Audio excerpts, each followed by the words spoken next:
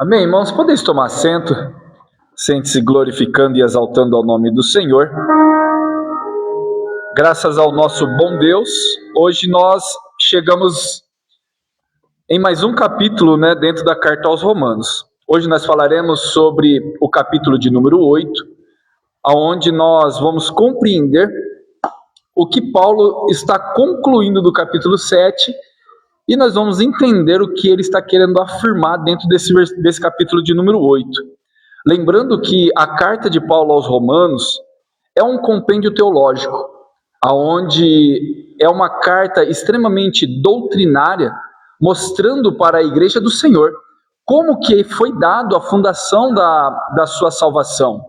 Paulo ele faz questão no capítulo 1, no capítulo 2, no capítulo 3, de mostrar aquela doutrina que conhecemos como hamartia, que é a doutrina do pecado, mostrando que o homem ímpio pecou, que os moralistas pecaram, que os legalistas pecaram, que todos os homens pecaram e destituídos estão dessa glória.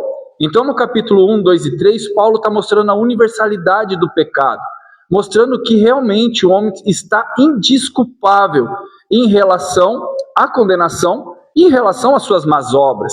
Já no capítulo 4, nós começamos uma outra doutrina, que é a doutrina da justificação pela fé, onde Paulo ele mostra, através de Abraão, através de Davi, que eles não fizeram nada para receber da graça, mas que Deus o amou antes mesmo da lei, antes mesmo de lhe imputar o pecado. Deus amou primeiro, e por isso ele deu condição de um homem ser justificado pelo seu próprio amor, mas não pelos feitos do próprio homem. Já no capítulo de número 5, Paulo ele vem trazendo à nossa memória que esse fato no capítulo 4 reitera-se no capítulo 5, quando ele diz: Deus prova o seu amor para conosco, em que Cristo Jesus morreu por nós, e nós éramos ainda pecadores. Não merecíamos, éramos inimigos, mas ainda assim, Deus olhou para nós e de alguma maneira miraculosa, que nós não entendemos, achou graça em meros mortais e nos transportou então das trevas para a sua maravilhosa luz. Já no capítulo de número 6, Paulo ele continua fazendo um contraste entre o antigo Adão, o primeiro Adão, e o segundo Adão, mostrando a incompatibilidade entre ambos, porque na velha natureza nós andávamos segundo o desejo da nossa carne. Agora em Cristo Jesus já não vivemos mais nós, mas é Ele que vive em nós. Na antiga natureza nós colocávamos culpa em terceiros. Agora na nova natureza nós não temos que colocar a culpa em Cristo Jesus, porque Ele habita em nós. O que nós temos que agora é fazer o quê? Assumirmos os nossos erros e nos arrependermos diante de Deus. Sendo assim, nesse propósito, nós encontramos um advogado fiel que pode nos justificar e legislar em nosso favor. Nesse sentido, no capítulo de número 7, nós entendemos que Paulo ele veio trazendo uma analogia, logo no capítulo 7, mostrando que o homem, na sua naturalidade, ele está preso à lei. E a lei é santa, é justa, é pura. E por ela ser perfeita, ela requer justiça. E o homem, sendo injusto, não tinha condição de cumprir a lei. Nesse sentido, o salmista diz que a redenção de uma alma é caríssima e ninguém poderia remir o seu irmão. Então houve a necessidade de um ser divino se encarnar, pagar o real preço para trazer para nós essa tão preciosa salvação que nós temos hoje pelo sacrifício de Cristo Jesus. Paulo então no capítulo 7, ele vem mostrando para nós que agora uma vez na graça, nós não temos que pecar mais para que a graça abunde. Pelo contrário, se já estamos mortos para o pecado, como ainda continuaremos andando no pecado? Então Paulo está fazendo esse contraste no capítulo 7, e quando ele chega no finalzinho, a partir do verso 12 ali, até o verso de número 25, ele começa a mostrar um impasse que ele estava vivendo. Miserável homem que sou, quem me livrará do corpo dessa morte? Porque o bem que eu quero fazer eu não faço, mas o mal que eu não quero, já pratiquei.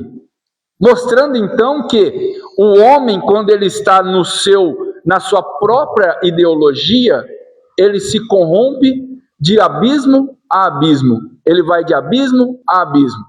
Então, quando nós chegamos no capítulo de número 8, Paulo ele vai concluir a sua ideia de que a natureza dele luta contra o espírito, trazendo uma verdade infalível das Escrituras.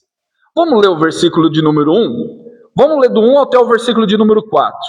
Olha só o que está escrito. Agora, pois, já nenhuma condenação há para os que estão em Cristo Jesus, porque a lei do Espírito da vida em Cristo Jesus te livrou da lei do pecado e da morte.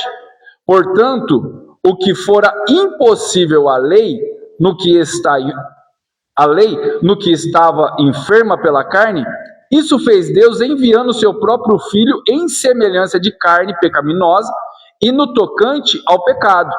E com efeito condenou Deus na carne o pecado, a fim de que preceito da lei se cumprisse em nós, que não andamos segundo a carne, mas segundo o Espírito.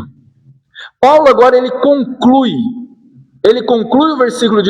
o capítulo de número 7, iniciando no capítulo de número 8, trazendo uma verdade infalível. Agora, em Cristo Jesus, não há mais condenação. Agora, em Cristo, nós estamos seguros. Por que ele fala isso? Porque ainda, lembra que Paulo está brigando com a ideia da libertinagem. Paulo ainda está brigando com a ideia daquela galera que falava assim, bom, já que Cristo morreu por mim e eu já estou salvo, então vamos comer e beber. Vamos andar do jeito que a gente quer. Vamos fazer a vontade da carne para que Deus seja glorificado através do nosso pecado. Nesse sentido, Paulo fala, não, peraí. Até outro momento, vocês estavam escravos pela lei. Vocês podiam ter o sentimento de fazer e não praticar e não ser condenado pela lei. Mas agora, a nossa justiça já não é mais a lei. A nossa justiça é a graça. Agora não somos julgados mais por aquilo que está escrito, mas agora o julgamento é por foro íntimo. Agora o julgamento não é simplesmente pela ação, mas agora o julgamento é pelo desejo. Não é isso que Jesus ensinou no Sermão da Montanha? Ouviste que foi dito, não adulterarás. Eu, porém, vos digo, se você olhar com um olhar tendencioso, com uma lascívia ou com um desejo, você já cometeu o adultério. Agora, a lei que rege a nossa vida já não é mais a lei da escrita. Porque lembra no capítulo 6 que ele fala que a lei chegou a caducar por causa da caducidade da lei? Nós não temos mais o julgamento pela lei, mas agora, mediante a graça, todas as ações serão julgadas. E Paulo ele fala aqui, porquanto o que fora impossível à lei, no que estava enferma pela carne, isso fez Deus enviando o seu próprio Filho em semelhança da carne pecaminosa e no tocante ao pecado. E com efeito, condenou Deus a carne e o pecado. Paulo ele fala aqui o seguinte, você já está morto para a carne. Pastor Hernandes Dias Lopes, ele fala uma coisa interessante, ele fala assim, todo cristão tem que andar com uma carteirinha de certidão de óbito. Porque quando o desejo da carne ou a tentação do diabo vier, você tira aquela carteirinha e fala assim, eu já estou morto para isso. Porque agora a minha vida já não é mais minha vida na carne. Agora a minha vida é vida no Espírito. No capítulo de número 8, Paulo ele vai citar, entre suas variantes, cerca de 19 vezes vida com Espírito. Nós estamos no capítulo 8. Do capítulo 1 até o início dele, Paulo só tinha falado uma vez a respeito de vida com Espírito. Agora no capítulo 8, Paulo ele vai concluir a sua ideia mostrando que, realmente, nós estamos mortos para o pecado. mortos para a carne, e estamos vivos no Espírito, vivos para andarmos para a glória de Deus. É nesse sentido que nós vamos compreender quando Paulo ele fala assim em Efésios capítulo 2, versículo 10, que até as nossas boas obras foram criadas por Deus para que andássemos nela. Porque se já estamos em Cristo Jesus, nós não vivemos mais pelos desejos desenfreados da nossa carne, mas nós andamos pela segunda vontade de Deus, que é boa, perfeita e agradável. Nesse sentido, nós compreendemos que, seja o sim de Deus, seja o não dele, a vontade dele para a nossa vida é boa, perfeita e agradável. Paulo está mostrando aqui para nós que, a fim de que o preceito da lei se cumprisse em nós, que não andamos mais segundo a carne, mas segundo o Espírito. Hoje, como lavados, redimidos, justificados, e lembre que a justificação é um ato direto de Deus, não é um processo, não vem de nós, não vem de obras para que ninguém se glorie. Esse ato justificativo de Deus nos deu a liberdade de andarmos em santificação, nos deu a liberdade de negarmos as obras da carne, nos deu a condição de fugirmos da aparência do mal, nos deu a condição de realmente arrancarmos essa carteirinha de óbito para o pecado e falarmos: não, eu não quero. Porque hoje, segundo o Espírito que habita em nós, nos dá a condição de vivermos para a vida e gloriosa para Cristo Jesus. Não é isso que Paulo ensina para os Tessalonicenses? No capítulo 5, ele fala assim: fuja de toda a aparência do mal, se abstenha-vos de todo o desejo da carne. Por que Paulo fala isso? Porque o desejo da carne é irresistível, você tem que fugir dele. É aquilo que eu já falei para vocês. Se nós sabemos que ali na esquina tem algo que pode nos fazer tentar, não passe por aquela esquina, vai por outro caminho. Se você sabe que no teu celular tem algo que pode te fazer pecar, não flerte com aquilo lá, vá por outro caminho. Não é isso que Jesus disse? Se teu olho te fizer pecar, arranque ele. Lógico que é uma metáfora, não é para eu ir lá vazar meu olho, mas eu arranco meu olho daquilo que me faz ter a tendência do pecado. Porque Tiago ele diz: ninguém sendo tentado, diga de Deus estou sendo tentado.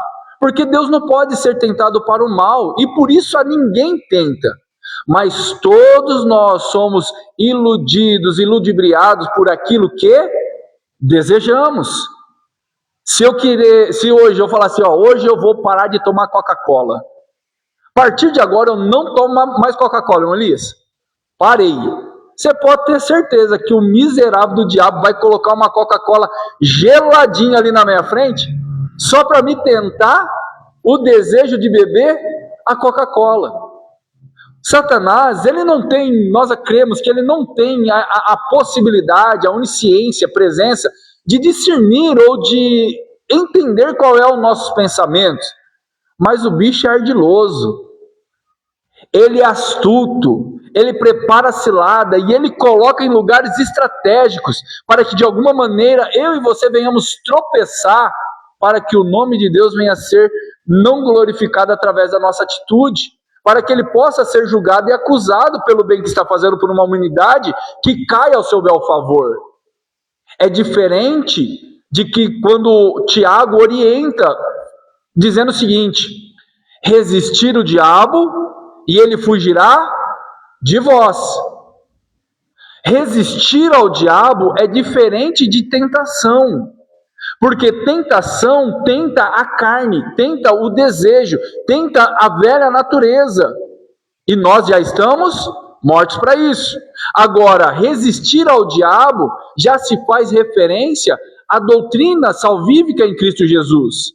Quando o diabo vem com uma doutrina falsa, e nós temos domínio da palavra, resistimos o diabo com a própria palavra. Não é isso que Jesus fez quando ele estava sendo tentado pelo diabo lá no deserto?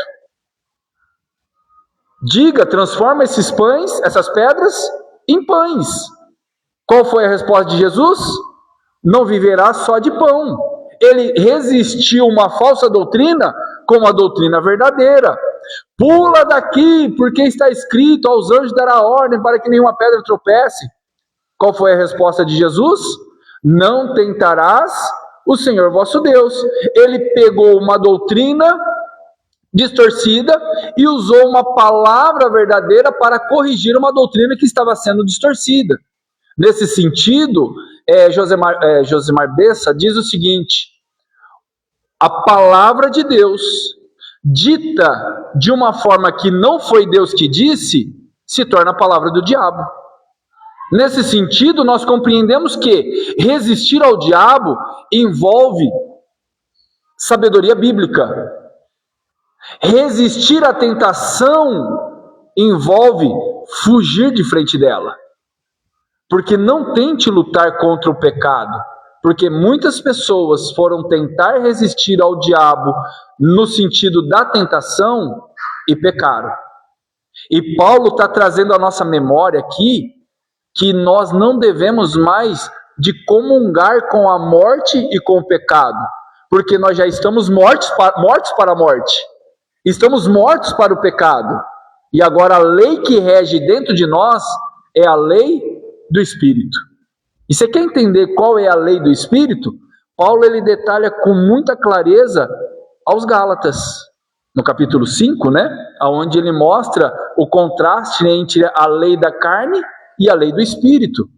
Nesse sentido, nós também compreendemos, e eu acredito que é de muito domínio dos irmãos, que nós não identificamos ou não se auto-identificamos, homens ou mulheres de Deus, pelos dons que nós temos. Eu não me identifico como um homem de Deus porque eu oro e a pessoa foi curada. Ou eu identifico uma pessoa que é de Deus porque ela trouxe uma boa palavra, ou porque ela fez um sinal, um prodígio de maravilha. Porque não é isso que o nosso Salvador disse, que naquele dia muitos lhe dirão: mas Senhor, em teu nome nós expulsamos demônio, em teu nome nós fizemos prodígios, sinais e maravilhas. E qual é a resposta de Jesus para eles? Apartai-vos de mim, porque eu não vos conheço. Todos eles tinham um dom. E olha, você sabe o que é um dom de sinal, de prodígios e maravilha? É a pessoa não ter um braço e de repente nascer um braço. Isso é um prodígio. Isso é um dom de maravilha, um dom de prodígio. Ainda que fosse possível alguém fazer isso, isso não dá a ele características reais de ele ser um homem ou uma mulher de Deus de fato. Porque há a possibilidade de fazer as coisas certas pelas motivações erradas. Mas como é então que eu identifico se eu sou um homem de Deus ou uma mulher de Deus? Ou se a pessoa é ou não é uma mulher e um homem de Deus? É através dos seus frutos. Através dos frutos do Espírito, nós vamos reconhecer qual é a árvore que ele é. Nesse sentido, nós entendemos que o amor é o fruto, que nós podemos fazer qualquer tipo de ação, mas se não tivermos o amor, Paulo diz, é como se fosse um soar de um sino. É oco por dentro, só tem um barulho bonito, mas é oco por dentro. Lembra que eu já falei para vocês a respeito da igreja de Éfeso, quando recebe aquela repreensão de Jesus? A igreja pregava, a igreja repreendia falsos mestres, a igreja evangelizava, a igreja era contra os nicolaítas, a igreja era ativa, era constantemente bombardeada contra as opressões do império, mas ainda assim elas não se cansavam, elas não sofriam mal. Mas Jesus olhou para ela e falou o quê? Tenho, porém, contra ti que deixastes o teu primeiro amor. Para mim, é uma das maiores repreensões de todas as cartas, porque era uma igreja que era modelo para todos. E é possível nós sermos a igreja de Éfeso. É possível eu e você fazermos parte dentro dessa igreja de Éfeso. Fazemos tudo, mas com a motivação errada. Colocarmos os nossos ideais, colocarmos as nossas liturgias, colocarmos os nossos parâmetros como base de princípio de ser uma igreja fiel. Só que Jesus disse o seguinte para essa igreja: se não se arrepender, eu virei até a ti e retirarei do meio de vocês, o quê? O meu castiçal. O castiçal simboliza literalmente a qualidade de ser igreja. É por isso que você vê hoje muitas igrejas ou muitas denominações que têm nome de que vive, mas está morta. Porque querem viver de aparência. Mas você vai identificar se você é realmente um homem ou uma mulher de Deus, ou se eu sou realmente um homem ou uma mulher de Deus, é pelos frutos, encarrilhado pelo amor. Eu posso fazer todo bem, mas se o amor não estiver em primeiro lugar, eu estou com a motivação errada. Então vamos evangelizar? Coloca o amor em primeiro lugar. Vamos pregar o evangelho? Coloca o amor em primeiro lugar. Richard Baxter, eu estou lendo ele agora, ele traz instruções extraordinárias para a igreja, falando que até contra um herético, nós temos que repreendê-lo com o amor em primeiro lugar. Porque a gente não pode deixar que a misericórdia se desvincule do nosso chamado. Porque, disse Jesus, bem-aventurados misericordiosos, porque eles alcançarão misericórdia. Nesse sentido, então, meus irmãos, Paulo, ele aqui até o versículo de número 4, ele está mostrando para nós que a lei que deve de operar em nossas vidas, a partir da regeneração, é a lei do Espírito. Vamos continuar agora no versículo de número 5? Alguém poderia ler para mim, por gentileza, do verso 5 ao verso de número 11?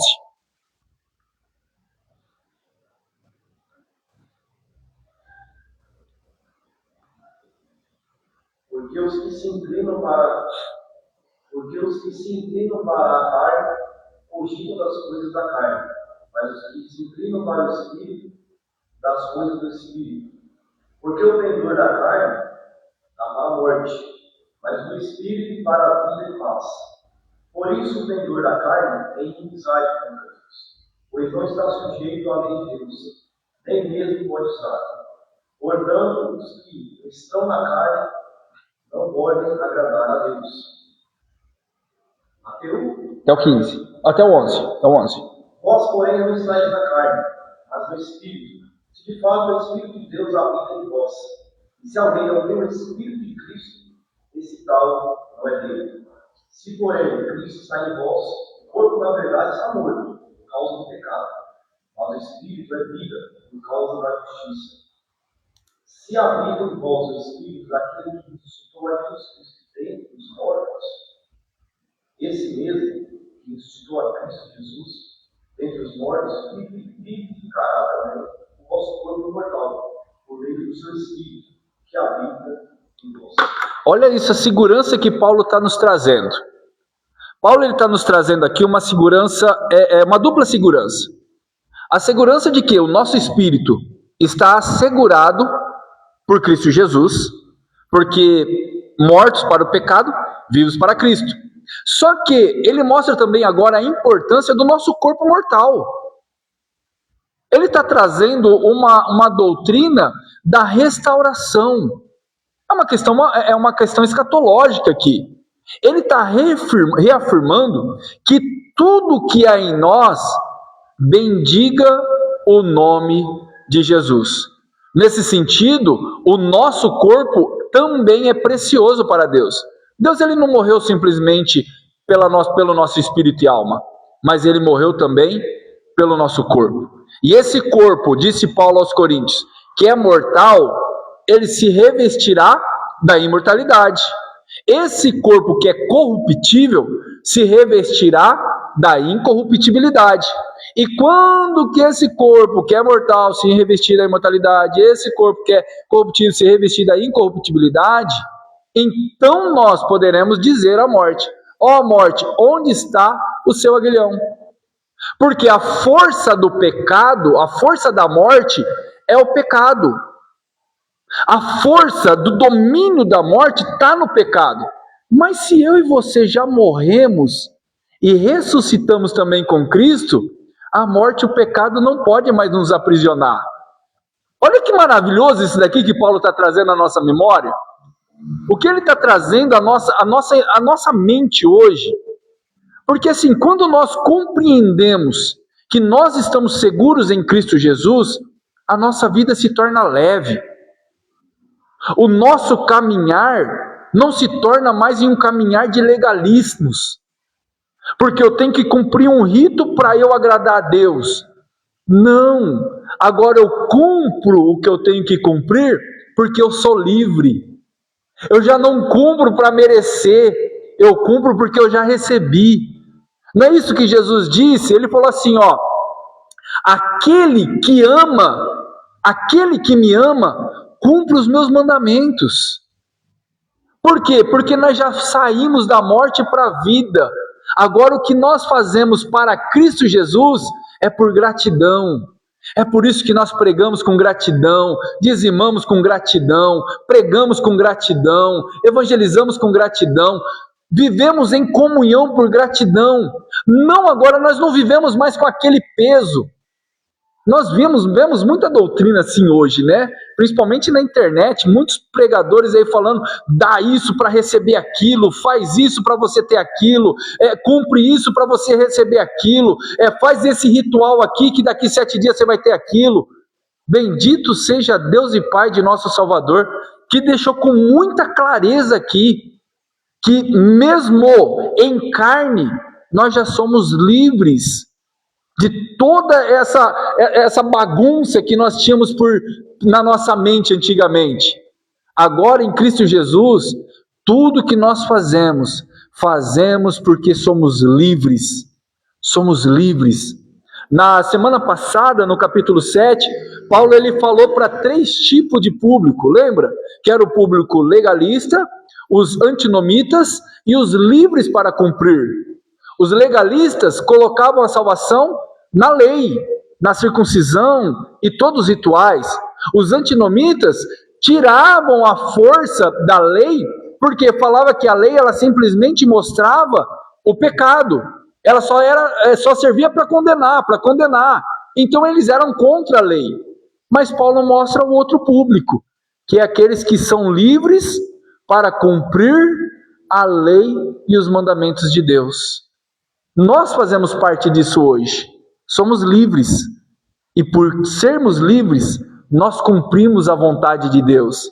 E a vontade de Deus, lembre-se, é boa, perfeita e agradável. Fazer a obra de Deus é desfazer a obra de Satanás.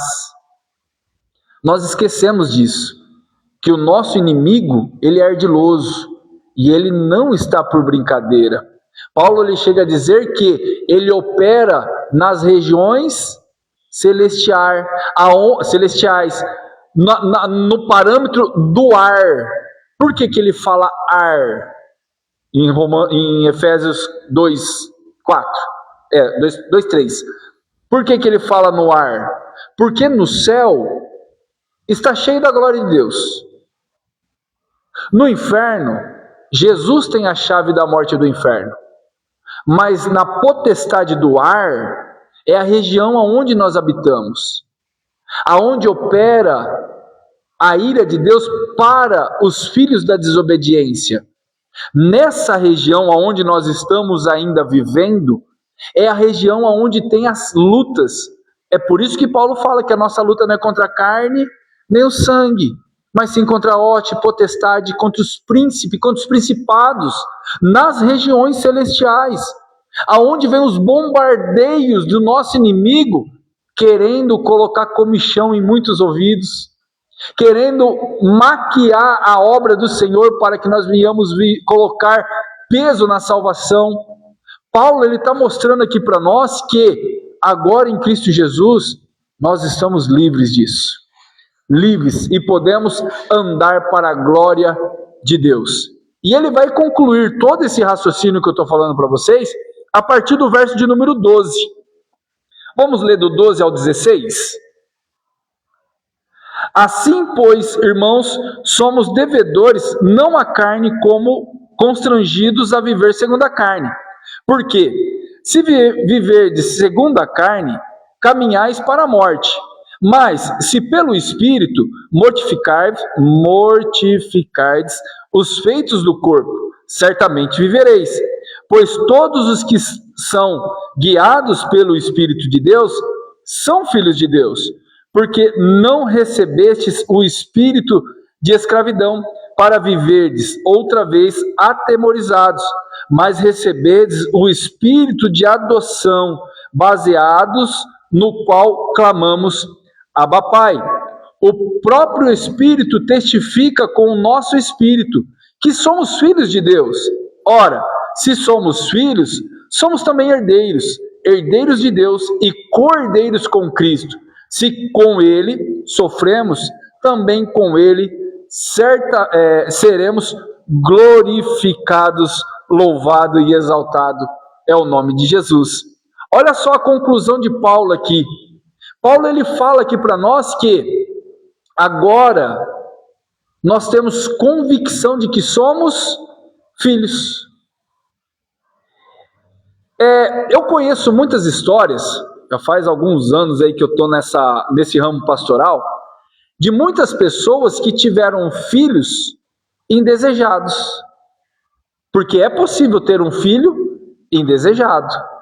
É possível ter um filho no susto. Os meus 3 mesmo foi tudo no susto. A hora que eu vi já estava lá grávida, meu Deus do céu, nada planejado. Mas, no meu caso, foram muito bem abraçados, aceitos. Mas tem muitos que não são bem abraçados, que precisa de terapia, conselho pastoral, para que a família se centralize e cuide da criança do jeito que tem que ser cuidada. Mas quando uma pessoa ou uma criança é adotada, aquela criança ela é desejada ou ela não é desejada? Ela é desejada, porque toda criança adotada teve por detrás um desejo de adotá-la. É isso que Paulo está falando. Olha só o verso de número 15. Porque não recebemos o espírito de escravidão para... É o 15? Cadê? É o 15. Para viverdes outra vez atemorizados. Mas recebemos o espírito de adoção. Deus, Ele quis, Ele nos desejou, Ele nos atraiu para Ele. Então, nesse sentido, eu e você somos queridos por Deus, não porque merecíamos, mas porque Ele nos amou. Isso daí é uma loucura para nós, porque nós não compreendemos o porquê Deus nos amou. O amor de Deus, há muitos aí que dizem que o amor de Deus ele pode ser até traçado como aquele amor agapau, né, o amor ágape. Porém, esse amor ágape ainda assim é compreensível. Lembra quando Jesus olhou para os fariseus e disse assim: fariseus hipócritas, vocês que amam as primeiras cadeiras das sinagogas. A palavra ama ali é a palavra ágape. O que é o amor ágape? É um amor intenso. É um amor de primazia.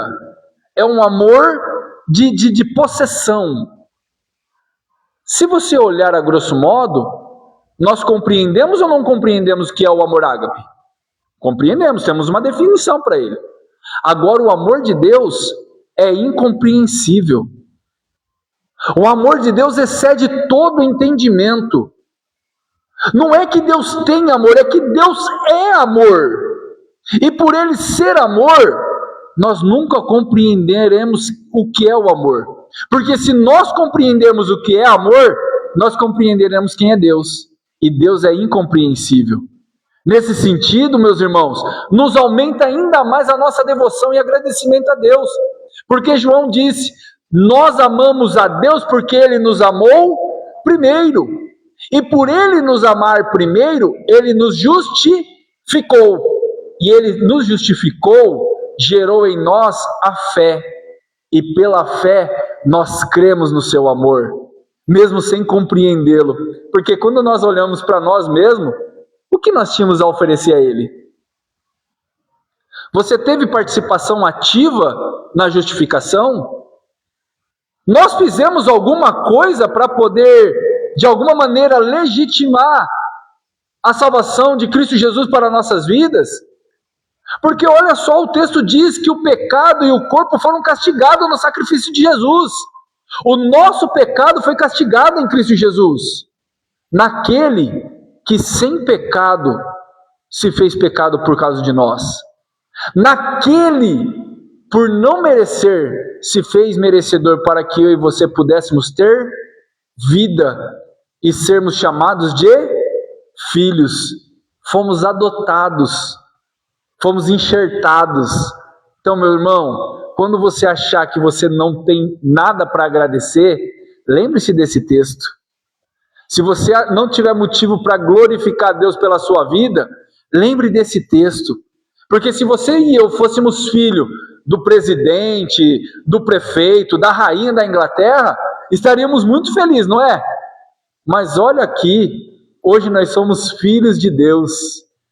Antes, disse Pedro, nem povo nós éramos, mas hoje somos um povo. Antes, nem nome nós tínhamos, mas hoje nós temos nome.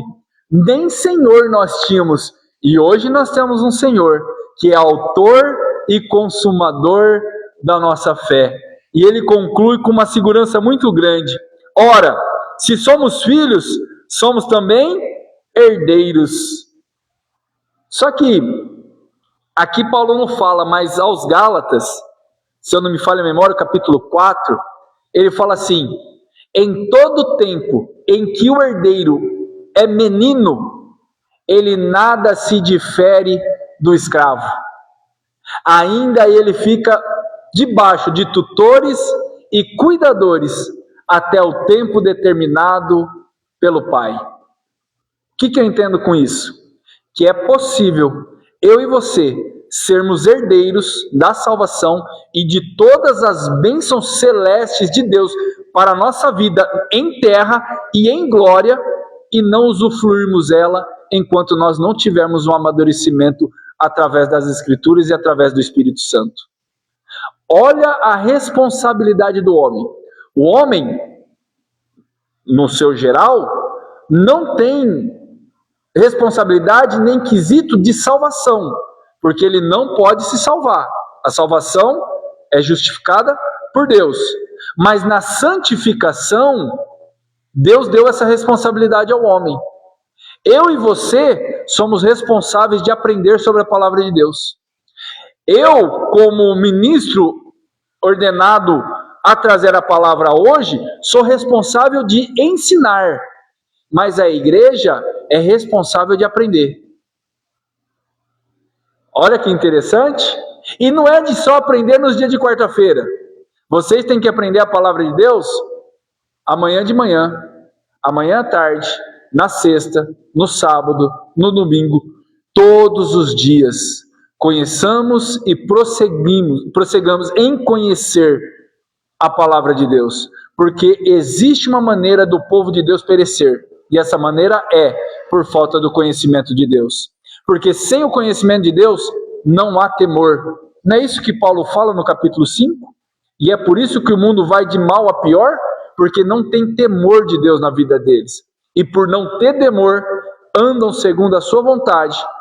E a maior repreensão de Deus é deixar o homem fazer aquilo que ele quer. Porque se estáis sem correção, disse ao escritor aos Hebreus, se estáis sem disciplina, já não é mais filho, é bastardo. E você acha que Deus não rejeita os filhos? Rejeita. Existe filhos bastardo, e esses estão prestado conta para eles no dia da ira. Mas nós, para a graça de Jesus Cristo, fomos direcionados a esse momento, para ouvirmos da parte de Deus que precisamos conhecer a palavra de Deus, porque mesmo sendo herdeiro de tudo, há uma possibilidade de não desfrutarmos da herança de Deus, porque estamos nos fazendo negligentes O escritor aos Hebreus disse: eu tinha que escrever muito mais para vocês, mas eu tenho que ficar dando leitinho, porque vocês ficam se fazendo de negligente em relação às coisas do céu.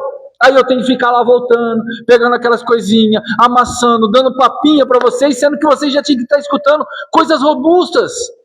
Já eram para vocês serem mestres, mas estão ainda sentados, precisando de papinha.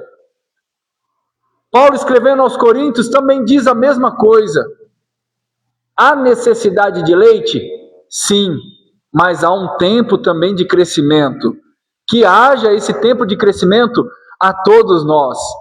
Porque olha só que Richard Baxter disse, aquele que aprende com todos é o mais rico entre todos. Porque ele pega de todos, ele ganha de todos. Eu aprendi isso na minha trajetória pastoral, de que eu estava falando com o irmão Elias ainda, quando eu cheguei aqui. Quantas vezes eu já não chorei junto com senhores, que a hora eu pegava a mão dele, não, irmão, vamos chorar junto. Eu aprendia com a dor dele, isso me fez mais humano. E quantos jovens já não me jogou em piscina, em retiro, em festa, e eu aprendi a ser jovem com eles. Quantos trabalhadores eu já não aprendi com as falhas e os acertos dele. E isso me evitou eu tropeçar nos mesmos erros dele. O provérbio, Salomão, ele diz o seguinte, que o sábio aprende com o erro do tolo, mas o sabido precisa apanhar para aprender. Que nós venhamos nos amadurecer, porque nós já temos a maior bênção, que é a salvação. Temos a herança de Deus na nossa vida. Agora só basta nos compreender como desfrutar dessa benevolência da parte de Deus para a nossa vida. Amém, meus irmãos? Glória a Deus por isso. Então hoje nós encerramos no versículo de número 16. Semana que vem, permitindo o Senhor, vamos concluir então o capítulo de número 8, para depois nós entrarmos no capítulo de número 9, onde Paulo vai mudar a lente da sua fala para o povo de Israel, e nós vamos entender a escatologia israelense aí, né? Vamos compreender um pouco mais clareza. Mas ainda, semana que vem, vamos concluir o capítulo de número 8. Irmão, já fazem 10 semanas que nós estamos aqui, ó. Vocês falem, pelo amor de Deus. Vamos orar então, meus irmãos? Vamos agradecer a Deus? Senhor, uma vez mais, Pai, diante da Tua glória, nós somos gratos a Ti, pela Sua bondade, pela Sua glória, pela Sua graça, pela Sua misericórdia. Obrigado, Senhor, pelo Senhor ter nos transportado, Senhor, das trevas para essa luz gloriosa. Obrigado pelo Senhor ter nos enxertado nessa oliveira verdadeira que é Cristo Jesus. Obrigado, Senhor, por o Senhor ter nos dado condição de hoje sermos chamados de Seus filhos. Senhor, eu lhe peço, Pai, pelo Teu Espírito Santo, que o Senhor possa nos ajudarmos, ensinar-nos a andarmos segundo a Tua vontade, para que nós venhamos lapidar a nossa mente, para que possamos desfrutar qual é a Sua vontade para a nossa vida. O Senhor nos disse que somos herdeiro, e herdeiro, Senhor, é aquele que tem condição, meu Pai, de desfrutar da herança de nosso Deus. Ensina-nos, Senhor, como devemos de andar, para que nós, Senhor, segundo os Seus filhos, possamos glorificar o Teu nome aonde nós estivermos. Continue, Senhor, abençoando esta casa. Continue abençoando a cada um dos Teus filhos que aqui estão. Continue prosperando. Continue, Senhor, atraindo os Teus filhos para essa casa. Dê-nos, Senhor, estratégia para que possamos evangelizarmos, para que possamos trabalhar na obra missionária, para que nós possamos nos lapidarmos, Senhor, para o crescimento dessa tão gloriosa obra. Continue, Senhor, abençoando os nossos irmãos aqui em Vista Alegre, abençoando, Senhor, a nossa igreja, os nossos irmãos em Monte Alto, abençoando, Senhor, toda a nossa circunvizinhança, que o Teu nome, Senhor, possa ser glorificado por essa igreja, Senhor, que Te ama e que deseja, meu Pai, que a Sua glória possa ser permanente em nosso meio. Continue, Senhor, nos conduzindo segundo as veredas da Tua justiça. É o que nós Te pedimos e Te glorificamos, no nome do Senhor Jesus Cristo. Amém e amém, Jesus. Amém, meus irmãos? Uma boa noite a todos em nome do Senhor Jesus.